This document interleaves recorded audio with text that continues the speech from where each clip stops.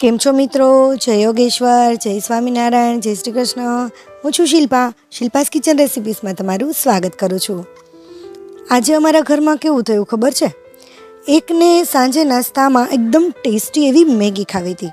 જોકે સાદી મેગી બનાવતા કંઈ વાર ન લાગે, પરંતુ ફરમાઈશ તો કંઈક અલગ જ હોય અને બીજાને કંઈક નવો નાસ્તો કરવો હતો.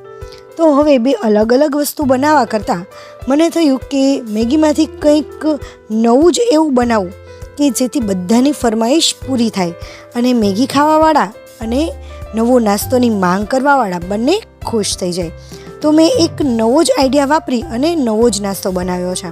તો એની રેસીપી આપણે જોઈએ ને એ પહેલાં મારે તમને એક વાત કહેવાની છે કે જો તમે ચેનલને સબસ્ક્રાઈબ ના કર્યું હોય ને તો સબસ્ક્રાઈબ કરી લેજો, કેમ કે હું આવા જ નવા વિડીયો લાવતી રહું છું. અને બાજુમાં જે બેલ આવે ને એને પણ ઓન કરી દેજો, જેથી નવા વિડીયોની નોટિફિકેશન આવે અને નવો વિડીયો તમે તરત જોઈ શકો. અને હા, વિડીયો કેવો લાગ્યો ને એ મને કમેન્ટમાં કહેજો. જો વિડીયો તમને થોડો પણ ઉપયોગી બને તો બીજા સાથે શેર જરૂર કરજો, જેથી એમને પણ ઉપયોગી બની શકે. તો ચાલો બનાવવાનું શરૂ કરીએ.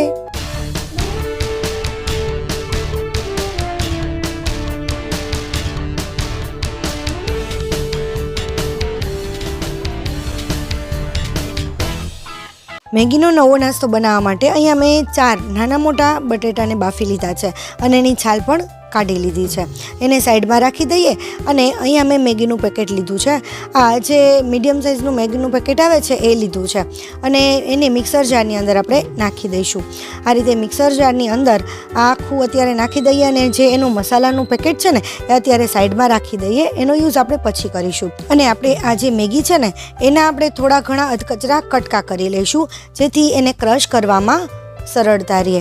તો આપણે આ એક પેકેટ નાખી દીધું. હવે એવી જ રીતે આપણે બીજું પેકેટ પણ લઈ લઈશું.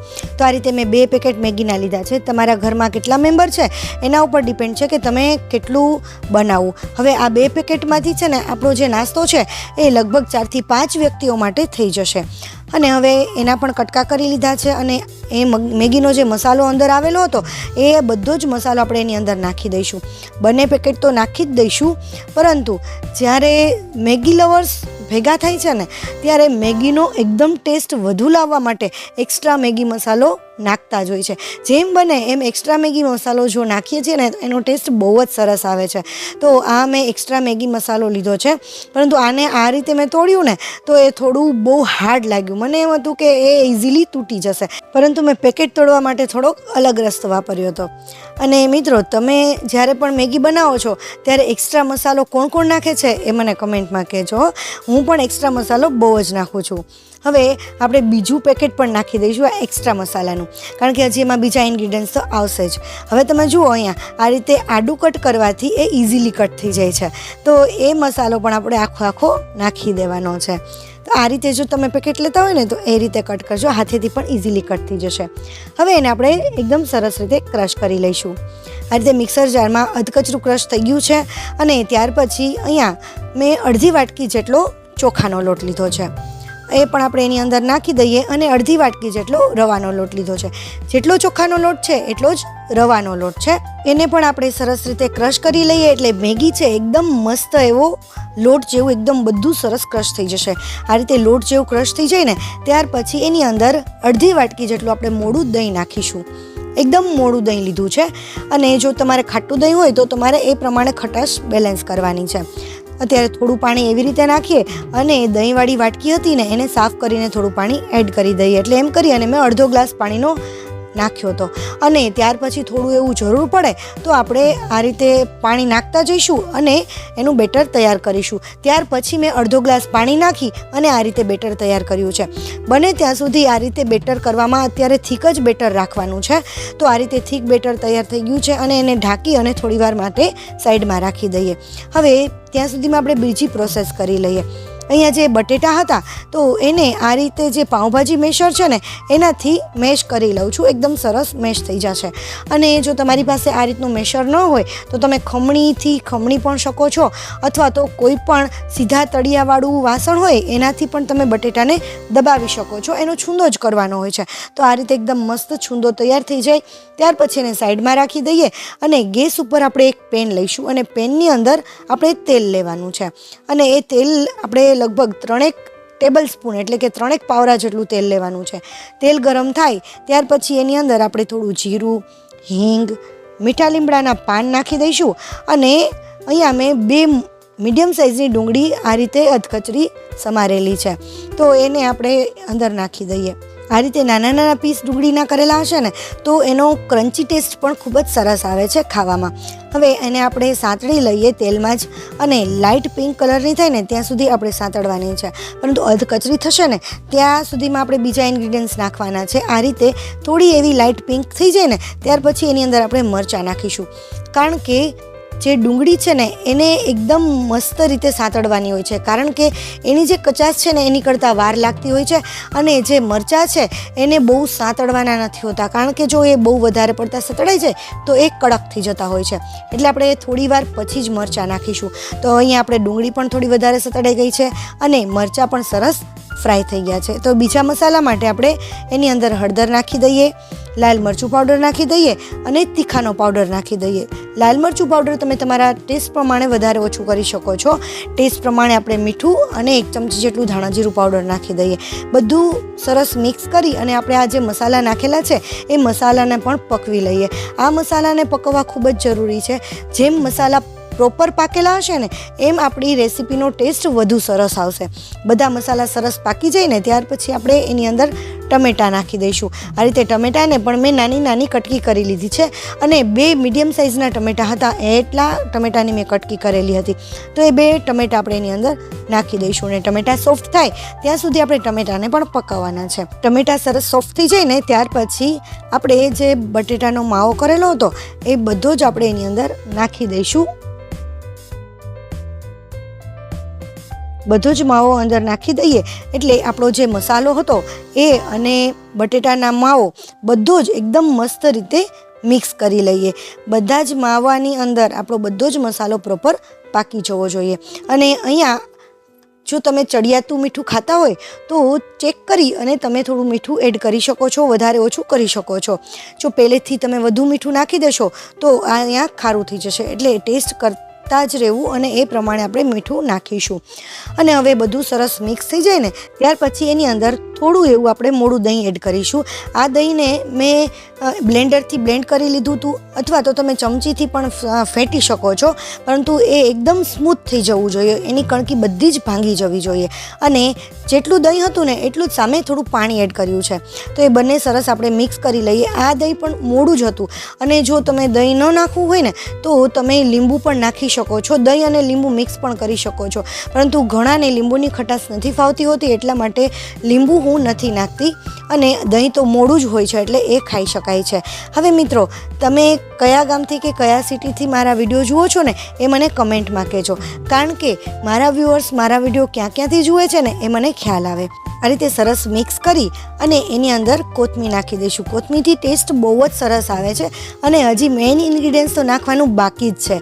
એનાથી ટેસ્ટ તો 3 ગણો નહીં પણ 4 ગણો ને 5 ગણો વધી જાય છે. હવે આ બધું મિક્સ થઈ જાય ને ત્યાર પછી એની અંદર ફરીથી આ મેગીનો મસાલો લીધો છે, કારણ કે આપણે મેગીની રેસીપી બનાવીએ છીએ અને મેગીનો ટેસ્ટ તો બધામાં આવવો જોઈએ. એકદમ ટેસ્ટી લાગે છે. એક વખત તમે આ રીતે બનાવશો ને તો દર વખતે આ જ તમે ખાતા થઈ જશો. તો આ મેં 1 પેકેટ આ રીતે મેગી મસાલાનું નાખી દીધું છે. જો તમારે વધારે એક્સ્ટ્રા મેગી મસાલો નાખવો હોય ને તો પણ તમે અહીંયા નાખી શકો છો. હવે એ મેગી મસાલો પણ સરસ આપણે મિક્સ કરી દઈએ અંદર.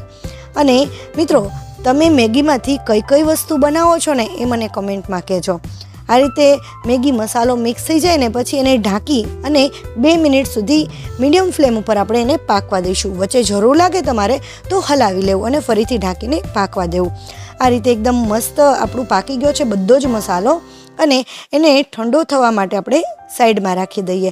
હવે ત્યાં સુધીમાં આપણું જે બેટર તૈયાર થયેલું છે ને એની પણ આગળ આપણે પ્રોસેસ કરી લઈએ. અહીંયા આપણું જે બેટર છે ને એ થોડું એવું થીક થઈ જશે, બહુ વધારે થીક નહીં થાય, પરંતુ રવો આપણે નાખેલો છે એના માટે આપણે 15થી 20 મિનિટ બેટરને રાખવું તો જરૂરી જ છે અને થોડું એવું થીક લાગશે. પરંતુ પહેલાં તો આપણે જ્યારે બેટર બનાવીએ ને ત્યારે થીક જ રાખવાનું છે. અને ત્યાર પછી આ રીતે થાય પછી આપણે જરૂર પૂરતું આપણે પાણી નાખીશું. અહીંયા ફરીથી હું અડધા કપ જેટલું પાણી એડ કરું છું અને જરૂર લાગે એ રીતે આપણે હલાવી અને નાખતા જઈશું અને એની કન્સિસ્ટન્સી કેવી રાખવાની ને એ હમણાં બતાવી દઉં છું. તો ફરીથી એક વખત આપણે બ્લેન્ડ કરી અને મિક્સ કરી લઈશું અને જો જરૂર લાગે તમને પાણી નાખવાની તો એ પાણી નાખવાનું. હવે તમે જોઈ શકો છો કે આ જે મારું બેટર છે એકદમ સ્મૂથ થઈ ગયું છે. તમે જોઈ શકો છો કે જે મારી ચમચીમાંથી ધાર પડે છે ને એ ડાયરેક્ટ અંદર એની સાથે મેલ્ટ જ થઈ જાય છે, અલગથી રિબિન જેવું નથી થતું. અને ચમચીમાં પણ હું તમને બતાવી દઉં કે આ રીતે જ્યારે લીટો કરીએ ને ત્યારે એ બેટર ચમચીમાં જરાય સ્પ્રેડ નહીં થાય. તો આ રીતનું બેટર રાખવાનું છે. જે આપણું ઢોસાનું બેટર હોય ને એ ટાઈપનું બેટર આપણે રાખવાનું છે. તો હવે થોડું બેટર આપણે એક અલગ વાસણમાં લઈ લઈશું. આપણે જે રીતે બનાવવું હોય એટલે થોડે કરીને જ આપણે આ લેતું જવાનું, કારણ કે એની અંદર આપણે સોડા નાખવાનો છે.